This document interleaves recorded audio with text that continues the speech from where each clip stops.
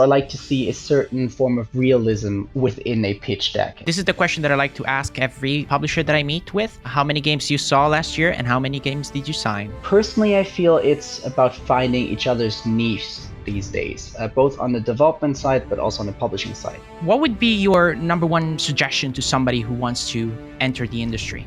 If they're out there getting all these opportunities, why shouldn't we? Why shouldn't we be able to speak about things we have created that we are proud about?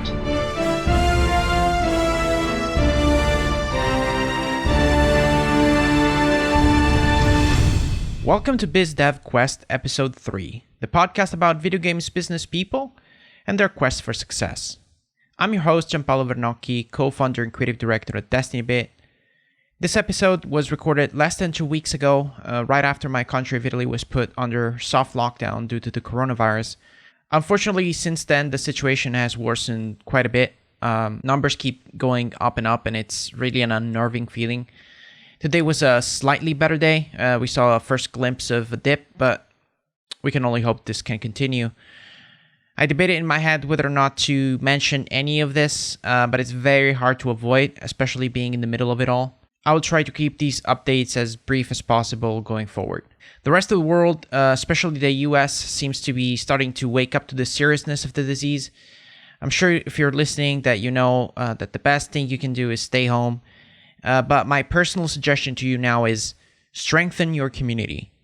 These are the time of needs when we need to help our fellow man, starting with our family and friends, and then neighbors, local businesses, hospitals, and institutions. Let's try to help each other out, starting with the people that are the closest to us. I'm generally very skeptical of people who want to save the world. It's generally too big and complex of a task, but you can always help your local community, and I promise you right now they need your help. Find out if you can donate to your local hospital, help your older neighbors with groceries, help people who will be out of a job for a while. These are times of crisis, and what I really admire about my countrymen is that Italians really do band together in times of crisis, and I hope that can happen throughout the world as well. Today's guest is Christopher Wulf. He is the publishing director of Those Awesome Guys, which are known for games such as Move or Die, Monster Prom, and the upcoming Floppy Knights. I gotta say, from a developer standpoint, this was a really interesting chat. We talked about what makes a good pitch deck, whether or not we should include sales estimates and whatnot. Really fascinating conversation. Chris is also involved in putting together Talkin' Dev, which is a game developer event that takes place in Munich, Germany.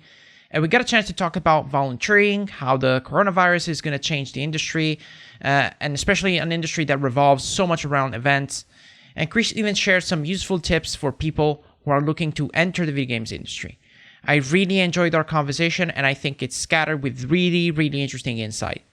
As always, please let me know if you have any feedback regarding the show on Facebook and Twitter at Biz Dev Quest. And now, let's get to the conversation.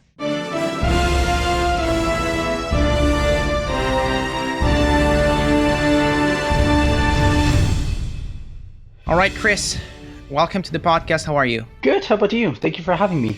No problem. I am okay. I don't know. Lockdown in Italy.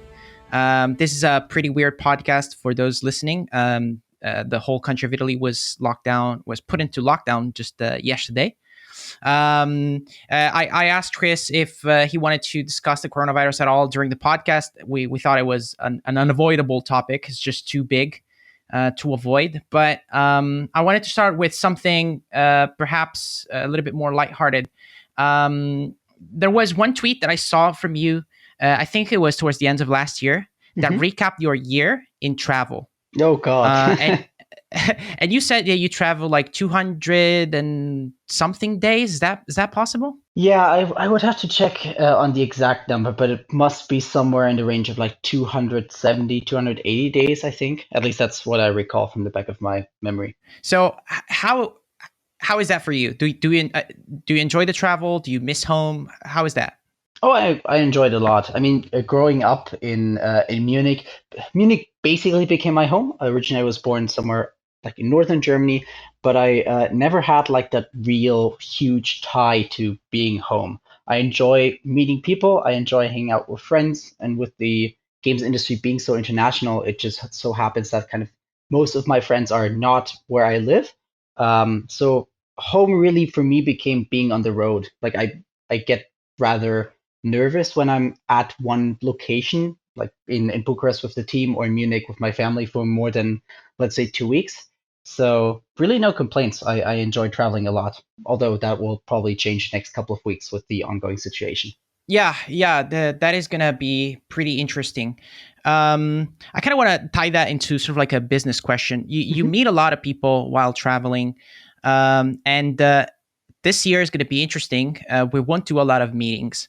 Um, does an online meeting work as well? An online pitch, something like that? Does that work as well as a face-to-face meeting, or a face-to-face meeting is almost like a requirement for any relationship to grow or to begin even? I don't think it's a requirement. I was fortunate enough over the last couple of years to do mostly face-to-face meetings, or at least some time or throughout the timeline of working with someone or starting a relationship with someone in the video games industry. Due to the sheer amount of events I went to, I usually ended up meeting them at some point. Again, this might change. We don't really know what the next couple of months or year of like game dev events will look like. But for me personally, it doesn't make too much of a difference if it's online or on site at an event. Like most of the time, the on site meetings are just to sort of get a personal connection to someone. And now we'll just have to shift that to online, which is perfectly fine, honestly. Yeah. So you were supposed to give out a talk at GDC, which Hmm. unfortunately was canceled, which I think is titled "The Art of the Pitch Deck." Is that correct? Yeah, correct. That was going to be me and Alan Dang hosting a talk together. Right. So I'm a pitch deck nerd. Hmm. I treat them very very well, and I think they are a very important tool. But I never asked to anybody on the other side um, how you guys judge what we present to you, because the way I see it is the first face-to-face meeting at an event is mostly just to gauge each other. It's really hard that you will come home and be like, yes, I want to sign that game. I think that's sort of like the beginning of a process. Hmm. The pitch deck is step two, but I still consider the pitch deck sort of like a foot in the door. And then it's just all about the conversation and then starting to talk if we believe in the project as well. Am I far off? How do you see it from your side? I do agree. I mean, especially if we're talking about sort of the on-site introduction meeting rather than like a Skype or Discord call or just an email conversation.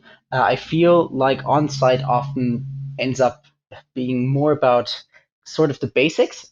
Basics for me are the elevator pitch, the funding that you require, your timeline for the project, and a little bit personal vibe. Mm-hmm. Anything beyond that can be discussed, obviously, like throughout the process of talking to or talking between publisher, fund, and developer. But yeah, the pitch deck, if that's a thing that you end up sending over as sort of the next step, or the build, seem to be for me at least the next step in the process. So yeah, I think putting it as a step as a foot in the door seems about right in most cases. Obviously, there's some cases that are a little bit special. One example is a title that we recently signed where we met them at a convention.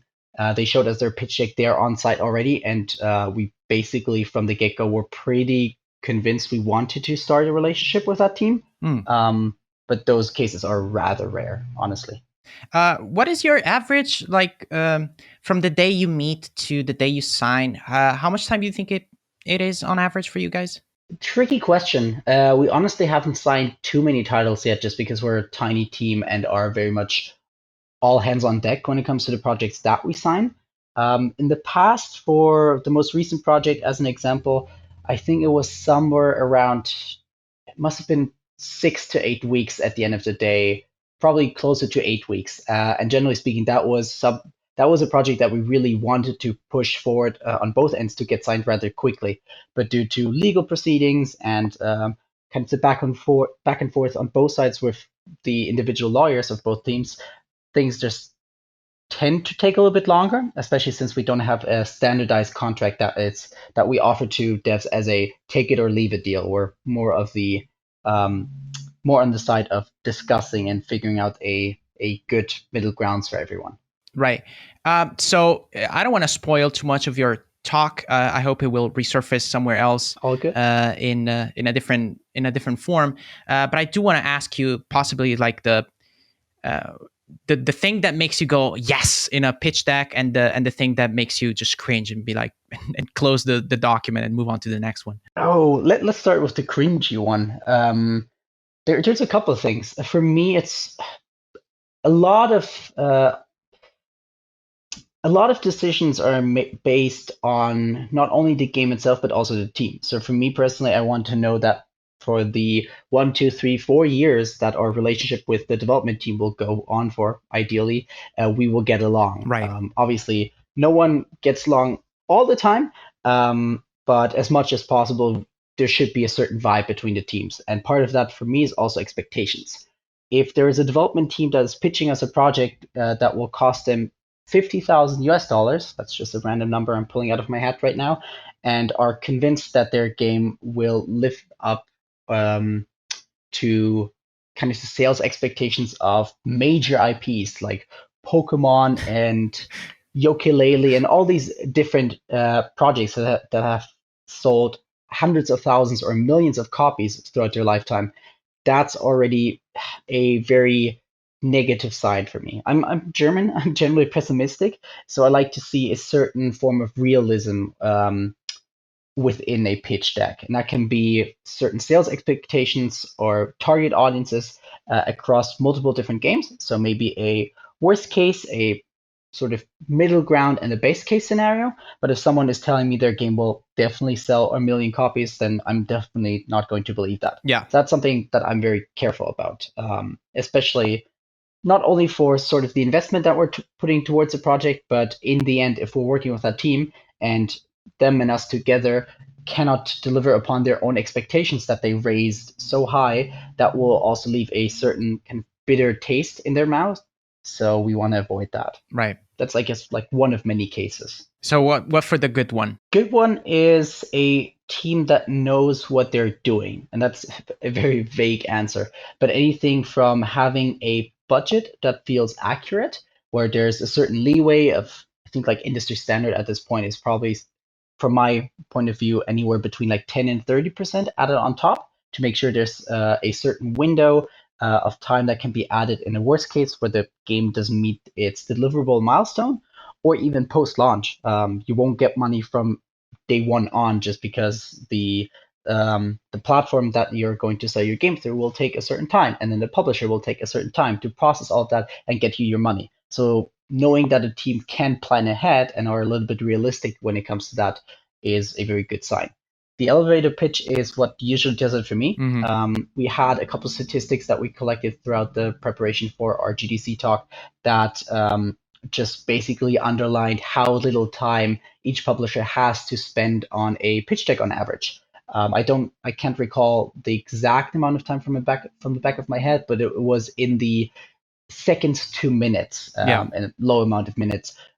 Again, based on the publisher that you talk to, a major publisher obviously will spend less time with your game pitch than a tiny publisher that just gets like 20 pitches every month.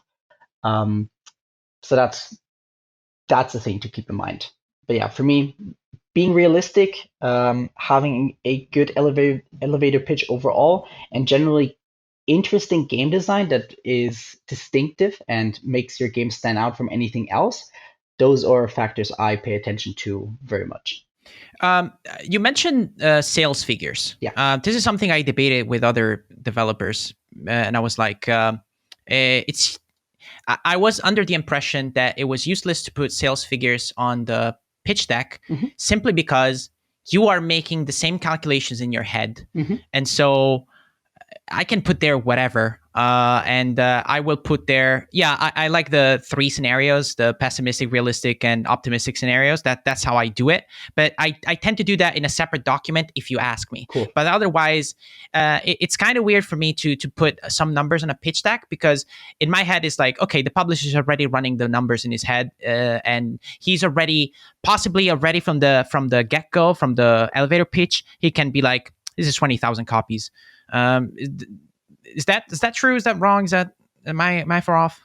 I tend to agree. I mean, I personally, if I see some sales estimates in a pitch deck, the only thing I take away from that is how optimistic or realistic or even pessimistic a developer maybe is about their own project. And Right. that's obviously very subjective because I have my own personal opinion about how much potential a certain project has. I don't really care to see sales estimates from a developer's perspective too much, Yeah. just because, as you mentioned, it's a number. It's very subjective. Everyone will have their own conclusion. The one thing that I take away from that in general, and that's why I really like when developers try to put their game or connect their game with a target audience, is again see how much our own viewpoints overlap in terms of the audience that we're going for, and again maybe even the sales figures that we're aiming for with the project. That's the only thing. I'm not going to make a decision based on, oh, the developer told me the game is going to sell 200,000 units, so that's probably going to happen. That would probably be a very bad sign if a publisher judged a pitch based on that. Right.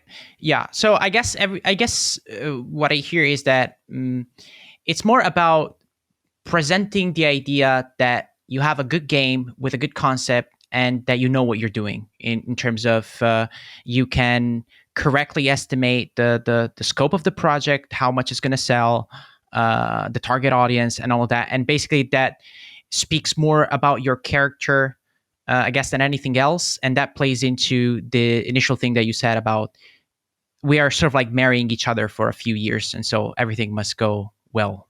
Yeah, to a certain degree. For me, at the end of the day, I think the most important factor, obviously, with the game pitch is getting me excited. Because if the developer manages to get me excited enough about the project that I really want to sign it, I will, as a publisher, probably be a little bit more flexible in terms of amount of funding that we can provide. Like, let's say, again, a random number from that I'm just pulling out of a hat. Mm-hmm. Let's say we as a publisher only provide funding up until 300,000 US dollars, and someone comes to us with a project that will cost 400,000 US dollars. If you manage to get me excited enough about the project, I might be able to find ways of making that possible. Right. But if the first thing I see is X amount of funding over what we usually do, and the elevator pitch is so and so, and the game doesn't grasp my attention, then it'll simply be a no because it's outside of our reach in terms of funding again. And so this is the question that I like to ask every publisher that I meet with. Mm-hmm. How many games you saw last year, and how many games did you sign? We signed a single game last year, and we must have reviewed somewhere between 350 and like high 400 pitches overall. Jesus. Yeah. Yeah. So it's a very low percentage. Yeah, and that's fine to me. I mean, what I was talking about with a previous guest of this podcast, Zach Antonacci, mm-hmm. I was asking him if your guys' job is getting any easier because it seems like there is an overabundance of offer from the developer side.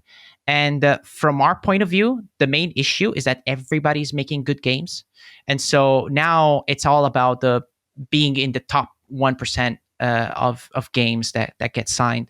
Is your job getting any easier? Like the fact that you're seeing 300 games means that the chances of signing a good game are getting higher? I guess so. At the same time, I think while there's more and more developers than ever before, there's luckily also more and more money than ever before in this industry. And that's not only publishers, but if you're looking for just pure investment or project-based investment for your company, finally these days you have alternatives. I think a good example, a company that kind of took over the industry and everyone speaks about them these days as a positive example is Floppy Knights. Yeah. They established themselves very quickly. They've signed some fantastic titles, or invested into some fantastic titles, I guess is the right way of putting things. And so therefore, on our end of the spectrum, it's also become a little bit more competitive to some degree. Mm-hmm.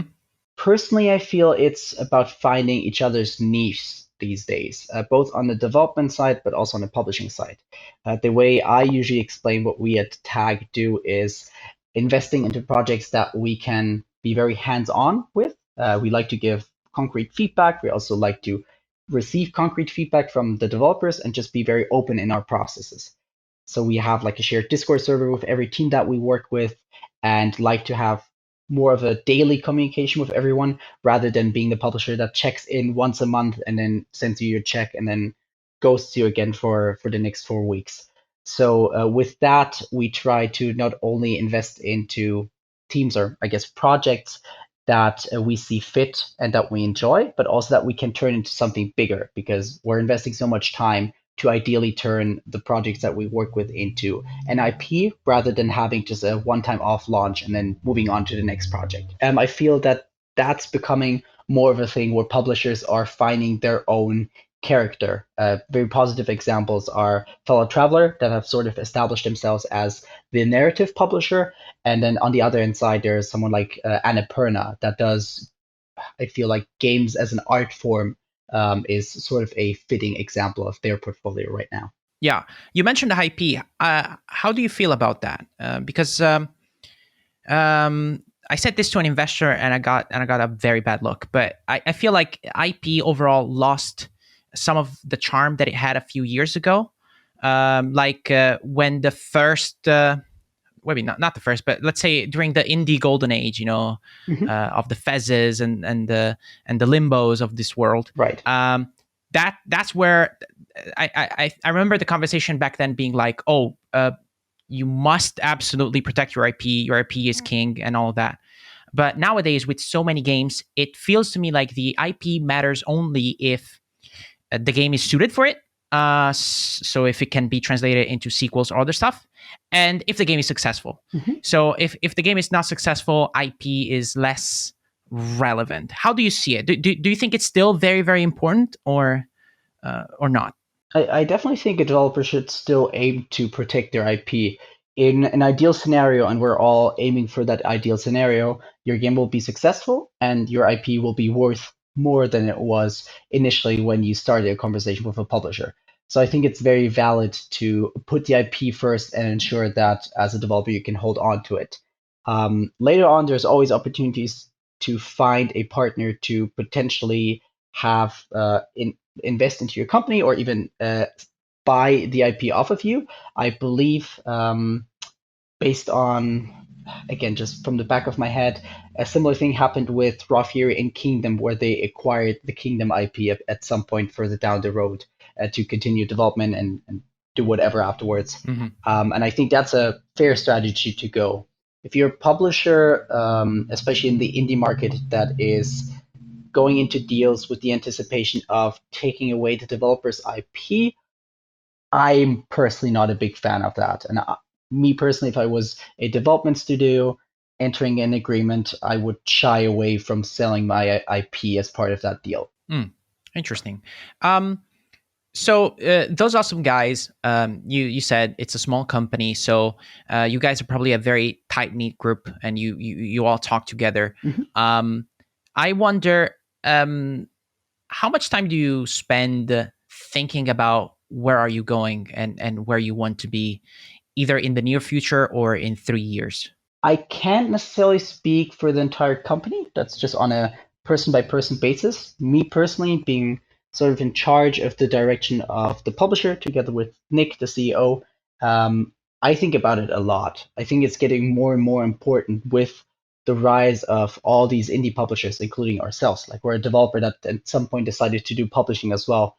And a lot of people are doing that. So I think it's important to be distinctive, to stand out from the huge crowd, and therefore also having a direction that you're heading towards or into. And for me, that's something that I put a lot of emphasis on when pitching us as a publisher to other people. As I mentioned, like our whole spiel is turning a game ideally into something bigger, into an IP, or one term that we like to use, sounds super cheesy, is a games as community. Mm-hmm. So similar to games as a service, but more with the focus of community building rather than sort of the free to play aspect that's somewhat connected to that term.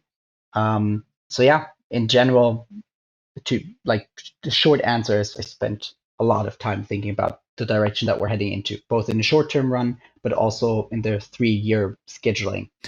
Do you also do stuff like having the developers of the various games meet with each other and form a community or exchange resources and stuff like that. Is that something that you promote among your developers? I'd love to.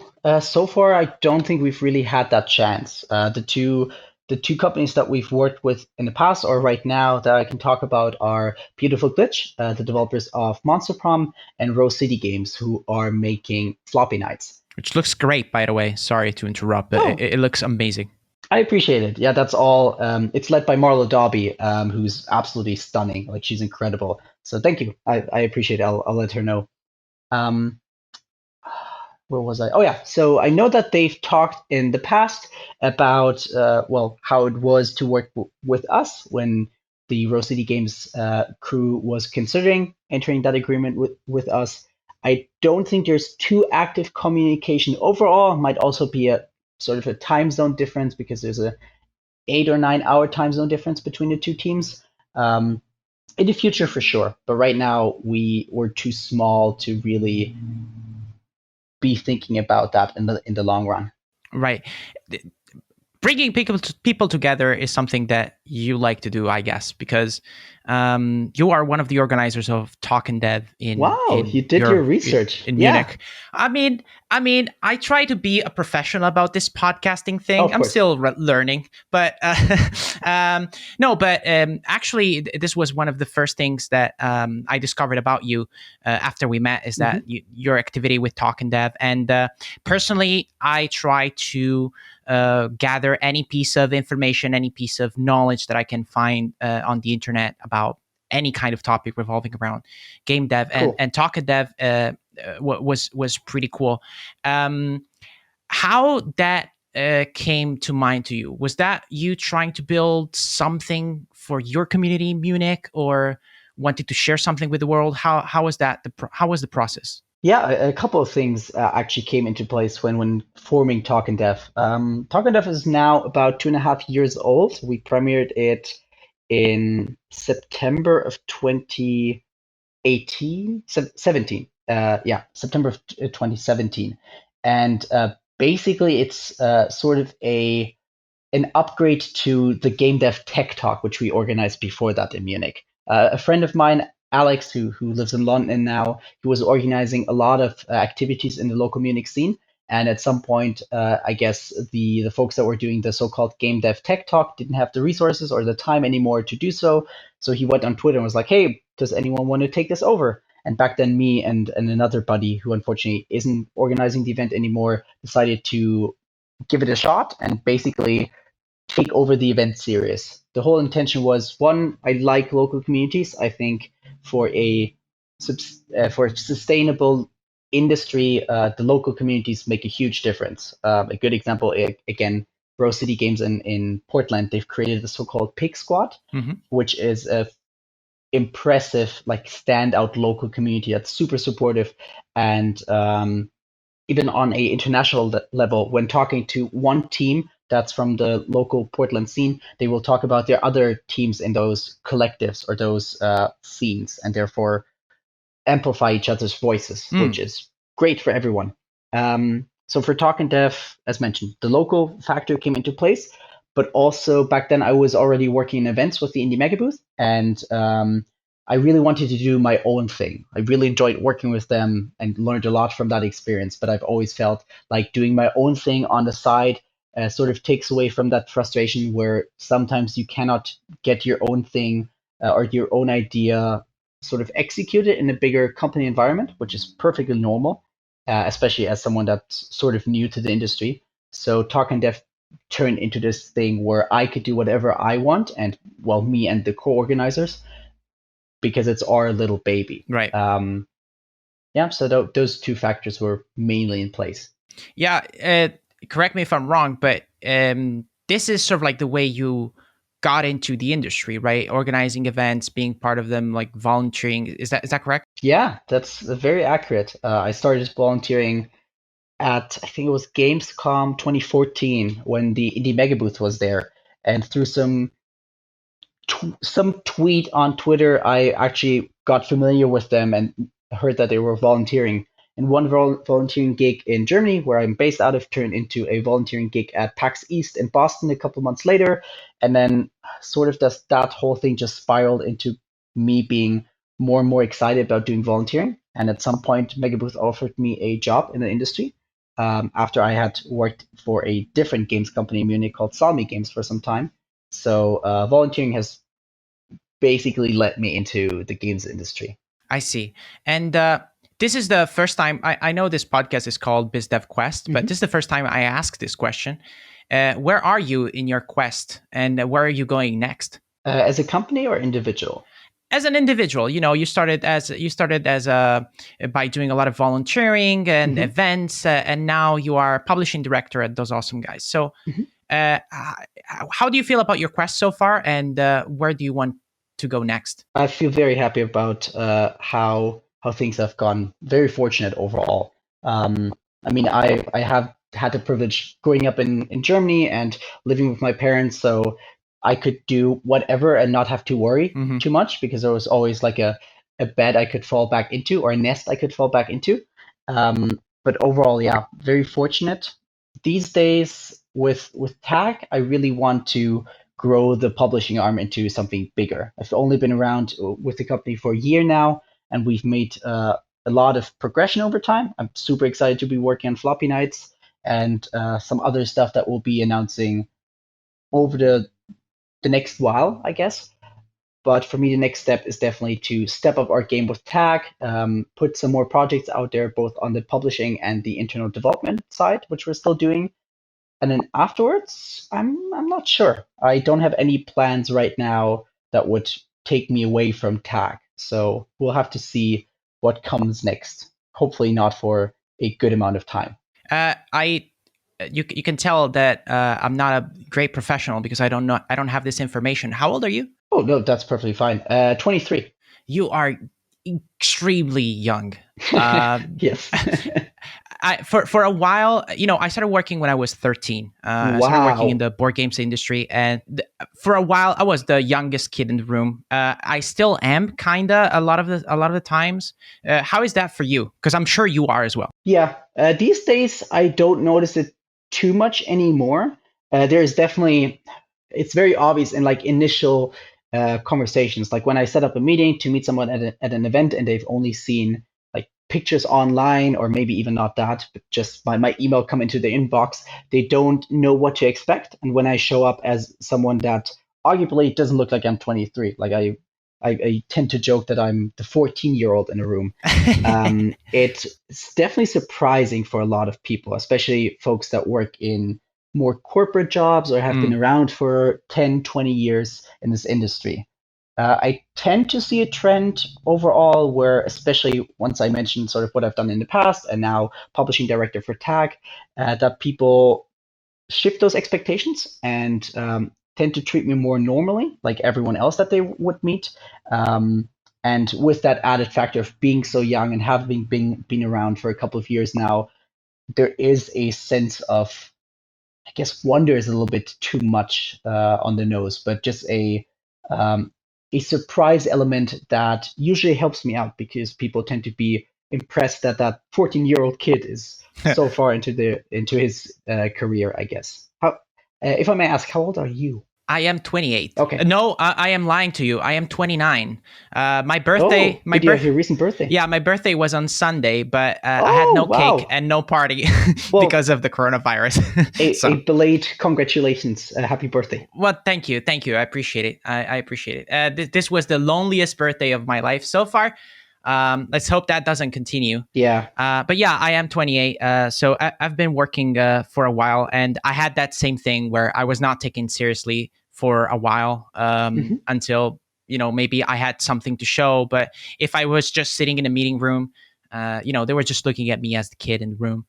And I have a gigantic deal of respect for you because you're 23 and you are already where you are. Thank you so much. I mean, I should probably discuss this with someone older because it's going to be weird to tell it to you. But for a good portion of my career, I always felt that I was late. I still kind of feel that. Like, I feel like by now I am 29, I should have already one good success under my belt. Like, I feel like what I felt when I was like 23, 24, 25 is that, oh, okay, so at this stage, I have my company. We're making games. This is maybe not impressive, but it's okay. I'm young and I have a company. But now, sort of like, I'm running out of the time where it's impressive that I'm young and I have a company. And now I just feel that I'm late. That I was supposed to be successful 2-3 years ago, and now I'm kind of late to the party, and I feel kind of disappointed in myself. This is turning into a therapy session, but. How it is, I don't know if you have anything to say to that, because I respect you so much for being so young and already in such a good position. Well, first of all, yeah, I really appreciate it, but I really wouldn't worry about that too much. As I said, like, I got incredibly lucky. It's a rare case where I had a lot of things handed to me, a lot of opportunities. I really didn't plan anything, and things just happened out of pure luck in the end of the day. I have friends that are entering this industry at age 40 plus. Like, the good thing about the games industry is I'm not sure if it's a English term. We have a term in Germany that basically translates to lateral entry, like where you work in a different end industry and then at some point transition into games, just because it's such a weird industry where a lot of people don't stick around and shift between jobs into games and then out of games again. And in general, it doesn't feel like too many people care. Like, if you're doing something at a young age, cool, that's great. If you're doing something at an older age, totally fine. This industry is open to you as long as you're open to everyone else. And especially at age 28, like, some friends of mine are still studying at age 28 and will do so for another 2 or 3 years, which again, that's perfectly fine in this day and age. So I wouldn't put too much pressure on yourself. Yeah, don't mind me. I mean, this is, I guess, my struggle. Like, the thing that I struggle the most mentally is basically just feeling perhaps not successful enough for where I think I should be at this stage in my career. But can I ask you a question? Yeah, sure. Go ahead. One thing that I always wonder about, because I've seen that on myself already, and I still have a couple of years to, in theory, give it a shot. There's this whole trend of the 30 under 30 lists, which personally for me seem incredibly pressurizing, because there's these 10, 15, 20 people each year that manage to get on those lists, and for everyone else, the age under 30, it puts more pressure on them, and the age over 30, it feels, or I think it may feel like, oh, they didn't make those lists, or they're not as special as these other folks. Have you ever had that feeling? I never cared about accomplishments like that. Okay. I don't want to medal. Mm-hmm. I kind of have my own goals and I want to reach them. At the same time, I'm not a fan of maybe not awards in general, but these kinds of awards that usually are just awarded by a journalist or a panel of journalists are more usually related to how much you are known rather than how much you are doing. Yeah. Because there might be some incredibly talented developer somewhere in Thailand that we don't know about, but they come out with this game and they're like, whoa. But nobody knows who they are. Nobody knows their name. They can you name anybody? I mean, this is something that Michael Pachter, I think, was saying, but he was saying like, hey, can you name anybody from Rockstar? And most people can't. And, they make Red Dead Redemption. So I don't know. I don't know if, I personally, I don't care. And I think people should not care. I think that part of the reason why this podcast is called Biz Dev Quest is that everyone is on its own quest. And if I ask you, hey, what is your quest? You will give me a different answer than somebody else. For instance, you were talking about lateral movement, I think, before. And our latest hire, his name is Alessandro Manzani, and I think he is one of the best artists that we have in Italy. He is 41, and up until age 30, he was working for an architecture firm. Oh, great. Firm, basically. And he was like, this is not for me. I'm done with this. I now want to go learn how to make video games. And he quit and went back to school at 30. And I have so much respect for him for this same reason. So Yeah, no, that's fantastic. And that's the thing. Like I feel in our field, or generally any field that includes a lot of social media visibility, I like to call it. There's this raised bar of expectations because we all, or a lot of us, tweet about their achievements yeah. and what they've done, and you never really see what's behind that wall of tweets, what other people have to go through. Um, and that's sort of a trend in this day and age. That's probably just going to get worse, realistically, like if we want to be honest. But something that definitely needs to be addressed because it puts so much more pressure on people. Yeah, I'm kind of allergic to social media because I'm kind of allergic to posturing in a way. I do jujitsu, and I think that jujitsu is incredibly humbling of an experience because you getting choked out by another human being just kind of like puts you in your place. And yeah, nowadays there's a lot of social media stuff that people do is like, hey, I won this award, look at me.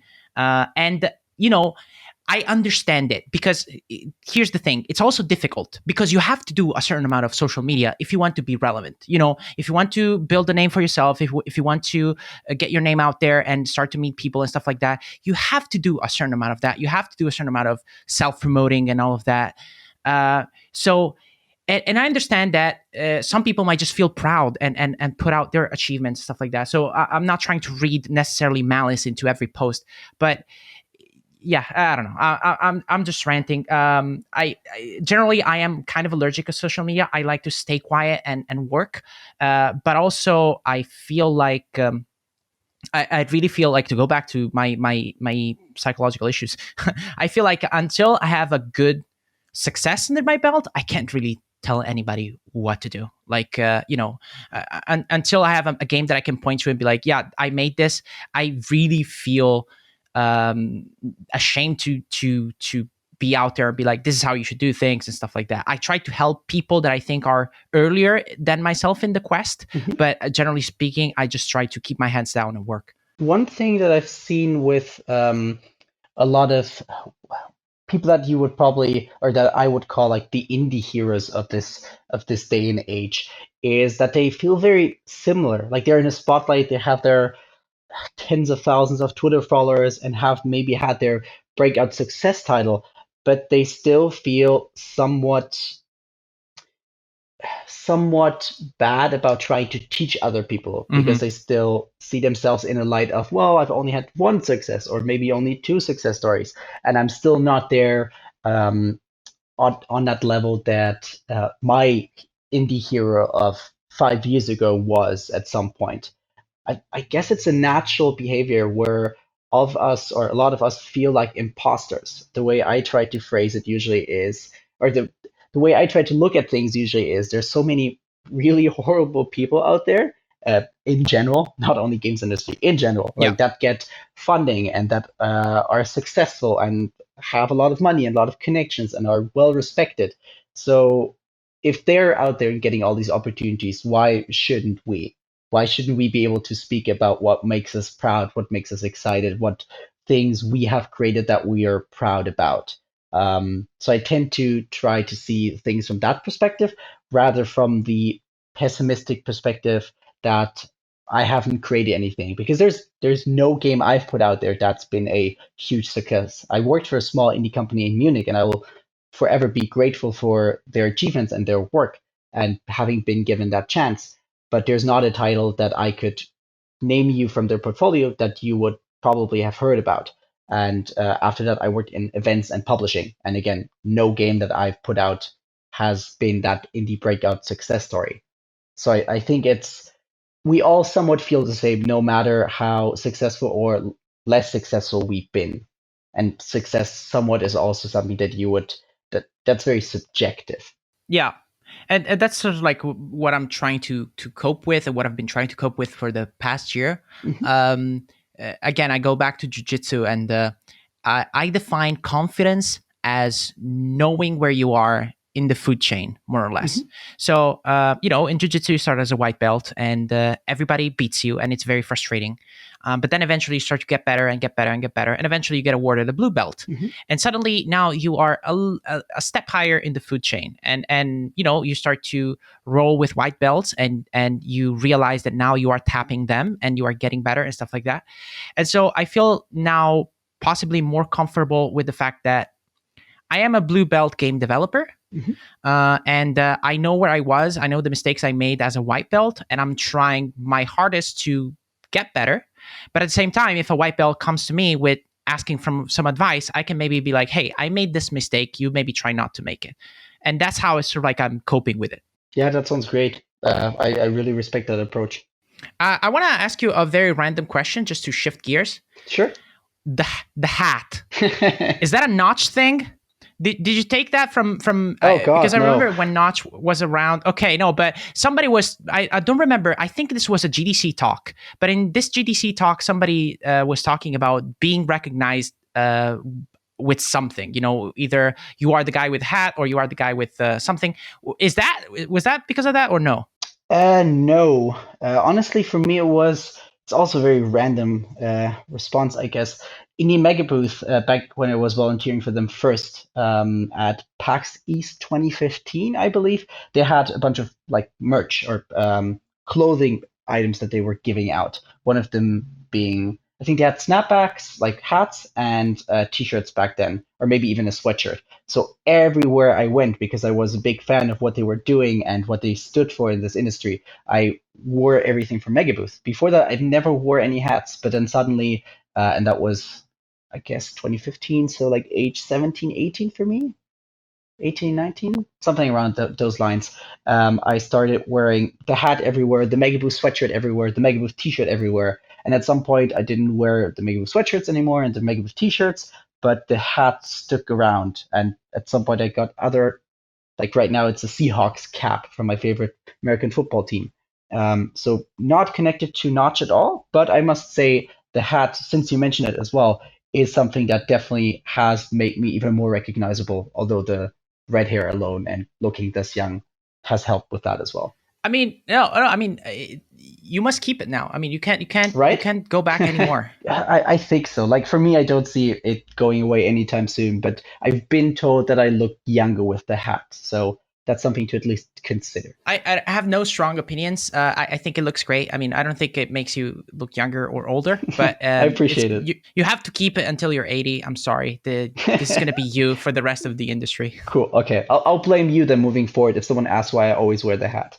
Great. Point them to the podcast, because I'm sure in 80 years it's gonna be a massive success. We can look back at this episode and be like, that was it'll be the industry leading podcast. Well, I don't know. This is still a white belt podcast, but yeah, I don't know how you feel about this podcast. Let's be very meta here. Okay. But one of the reasons why this podcast exists is that I think there are perhaps not many conversations out there between developers and publishers and other developers and other publishers about this industry. We are in this together. We have to work together. We deal with certain issues. You guys deal with other issues. Sometimes our issues collide, and we have to find a way that is the best for everybody. But perhaps there's not enough conversation out there. Some of this, there's like an aura of mysticism around all of this, and whenever somebody like a Mike Rose tweets out some numbers or anything like that, everybody just jumps on it because it's like, oh my God, it's the holy grail of information. I must jump on it. And I kind of wanted to bring some humanity to this conversation. How do you feel? I like that approach a lot. I mean, there's a good reason why someone like Mike Rose or the Raw Fury team, which is also very transparent about their approach, or the Volver, who, I mean, they literally published a book about their backstory, about how everything came into existence in the early days of Devolver. And generally, I feel there's so much information that we can learn from that's not being shared. So the whole new era of not only data analysis, which Steam Spy and Steam Data Suite and all these other platforms are starting to take advantage of, but also the transparency with sales figures and visibility and general experiences with different business partners in this industry is something that's super positive and hopefully will be or will leave a positive impact for sort of the next generation. Sounds bad because I'm 23, but like the students that are just now graduating and moving into this industry, and they have all this additional data and information available that wasn't available 5 years ago even. So I think it's a good trend, and I'm happy to see that you're also trying to encourage that with the podcast.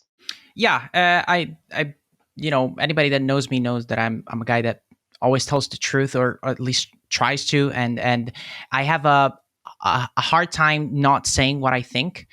So this was kind of a natural progression for me, and I'm genuinely curious. I if I have somebody in the room that knows something that I don't, I try to poke them and be like, hey, tell me this thing that you know that I don't, and trying to figure it out. And learn from it. I think you also were involved recently in a panel about entering the industry, and you talked about encouraging new people to enter the industry and stuff like that. Obviously, you did a lot of volunteering, and that was sort of like your way in. What would be your number one suggestion to somebody who wants to enter the industry? Oh, that's a tricky one. One thing I should generally mention about volunteering is it's helped me a lot. Like literally every single job I've had throughout my career, my short career, arguably in this industry, has come directly through meeting someone through volunteering. So I'm very grateful for that. I was also very lucky that the volunteer opportunities that I took just happened to be focused on making it a worthwhile time and experience for the volunteers. So early on, as mentioned, Indie MEGABOOTH kind of being the most underlining thing, but also being part of the Indie Arena booth, which is the sort of Gamescom equivalent of what MEGABOOTH does in the US. Being part of that volunteer experience was also a very positive experience. What I'm trying to say is there's the positive examples, but there's also more and more events happening these days, excluding the current situation with the coronavirus where everything's getting canceled. But prior to that, more and more events popping up everywhere, and therefore more and more volunteers being looked at or being required to manage their events. And there is a certain good percentage of event organizers that put volunteers first and want to make sure it's a worthwhile experience and they get some form of return on investment. Some are being paid, some don't have those resources, but that's fine as long as there's a return on investment. But there is a substantial amount of events out there that are looking for free labor in return for basically nothing. So if someone decides to go down the route of volunteering, they should be very cautious about where they spent their time and why they spent their time there. Like being active in your local community is great, and I would always encourage that. But if someone is just trying to get free labor out of you and you're seeing nothing in return, and the industry isn't becoming a better place due to your commitment, then it might not be the place to invest your time into. So that's sort of my most important messaging when it comes to volunteering. Outside of volunteering, I think there is a growing support system where a lot of the bigger folks in this industry, a good recent example being Callum Underwood, who used to work for or who used to scout for Raw Fury. Now he has his own thing called Robo Teddy and is doing some scouting and some biz dev and advising here and there across the industry. I remember him late last year taking on some mentees, I think is the word. So basically, him becoming a mentor for new and diverse folks in this industry that needed somewhat of a introduction, or at least a helping hand that will give them feedback over time. And that's a very good development. It's still very slow and not happening to the degree that we should be doing it, but positive examples like Calm out there sort of underline how more and more people are happy to spend their time and offer help and offer support, or just be kind of a listening person in a conversation that you can bounce some ideas off of.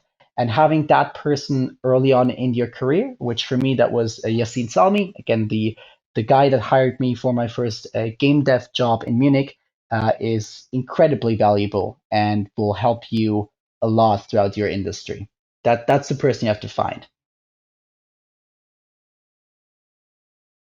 Yeah, I can definitely attest to that. Having somebody that can teach you the ropes or just show you where the pitfalls are, so you try to avoid it. It is very important, especially in the beginning.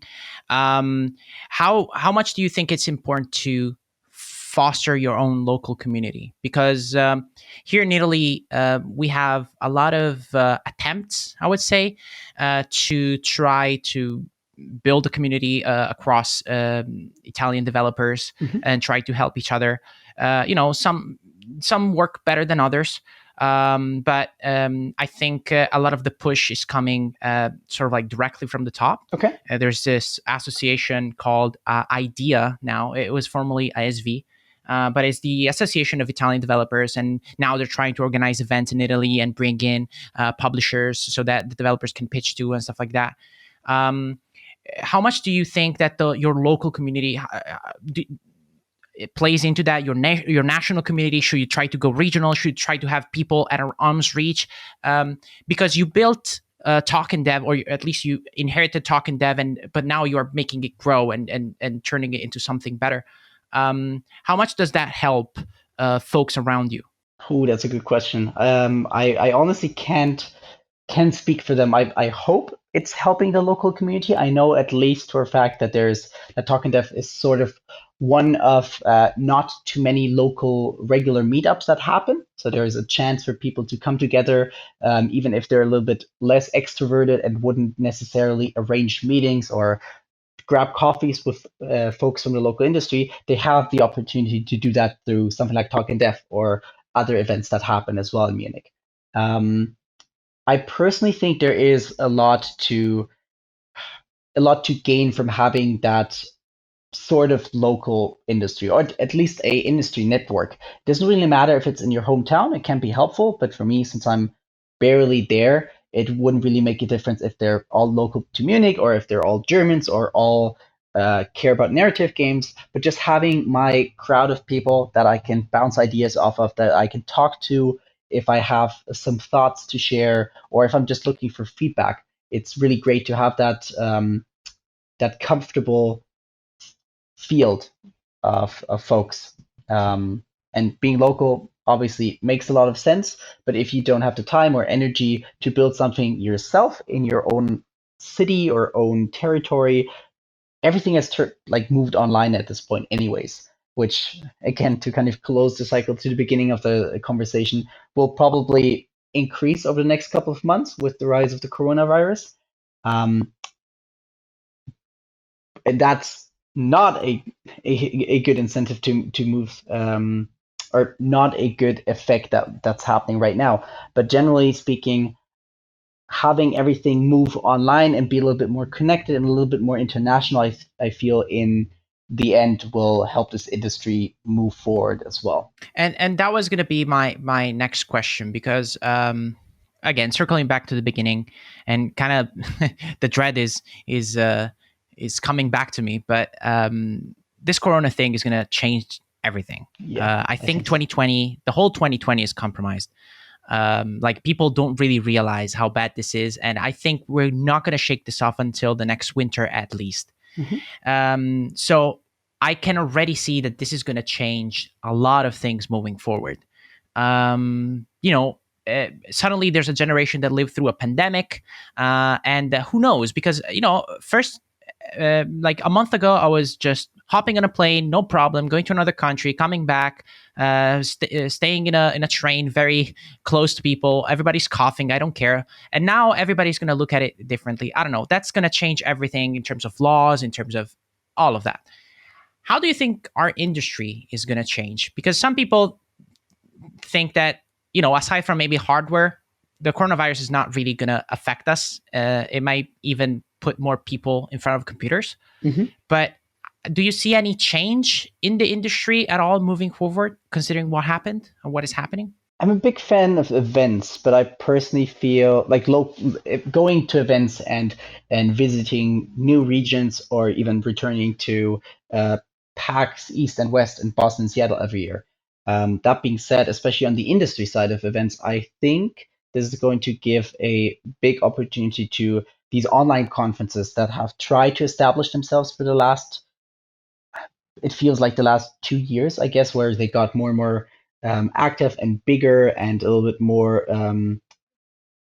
direct when it came to outreach to sponsors and folks that were supposed to participate in meetings. And I think they will have, like, this will be their opportunity to shine and grow and create a space that's not only open to companies with money or oftentimes companies in the Western Hemisphere, but also everyone else that has access to the internet, which luckily that's somewhat of a established thing, at least in a majority of territories. In others, it's still growing.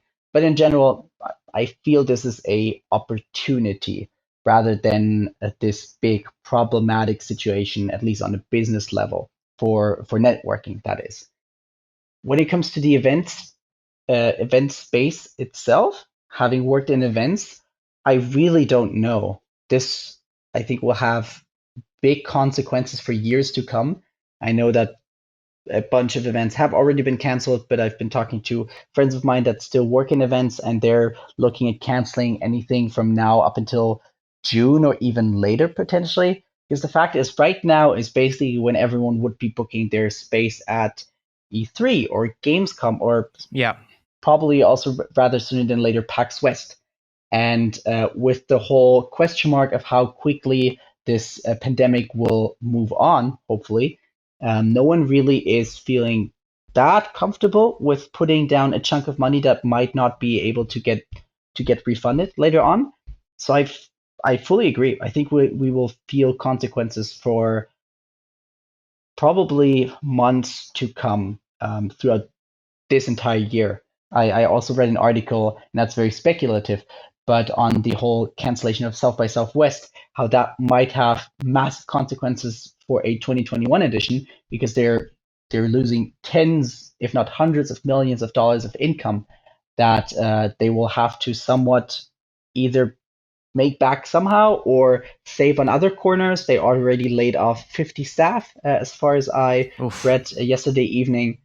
Yeah, and it's just the beginning of one tiny sector that has somewhat of an involvement with games. So Yeah. it's really hard to estimate, but this will have major consequences. Yeah, and everything is so connected because events is people working in catering, people that I was at EGX, Yeah. and EGX is in this big place, and they have this huge corridor, and this huge corridor is just food places, Hmm. like left and right, left and right, left and right, and they live, like all of these businesses, like small businesses, live on the fact that on that venue there's a conference at any time, Yeah. and for this whole year no conferences there, I'm sure.